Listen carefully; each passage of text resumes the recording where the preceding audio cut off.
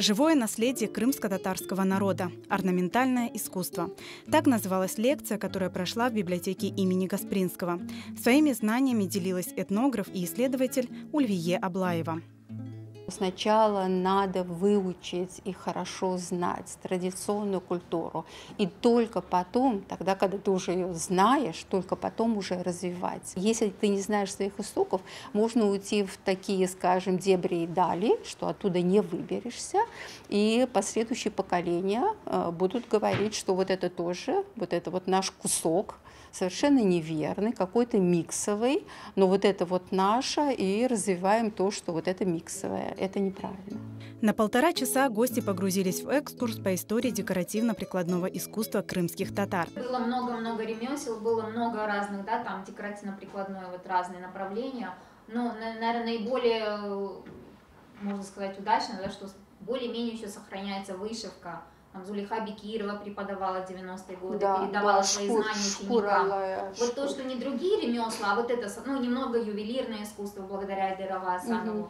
Причем самое интересное, самое легкое возродились, это махлама. Про махлама я вообще сегодня вы видели, да, даже слова не сказала. То есть это по плотным тканям. Сложнее гораздо было вышивать.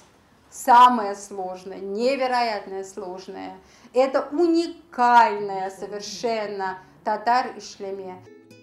Гости отметили важность таких встреч, особенно сейчас, когда волна глобализации грозит малым народам, стирая границы их идентичности. Но мы должны знать, хоть как-то узнавать свою историю, и декоративно-прикладное искусство – это, конечно, одно из них.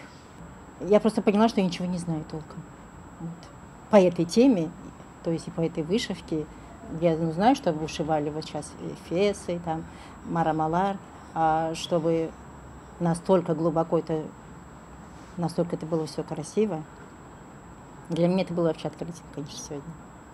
Сегодня прослушав, да, для меня это высшая математика, когда девочка должна была усвоить 50 швов, и каждый шов подразумевал определенную математическую формулу, да, там 2, 4, 8 и так далее, как сегодня нам рассказала исследователь. Вообще это очень интересно. И на тот момент, я уверена, конспектов молодых барышень точно не было. То есть, чтобы они могли как-то это зафиксировать. Я не знаю, на каком это уровне, вот как это...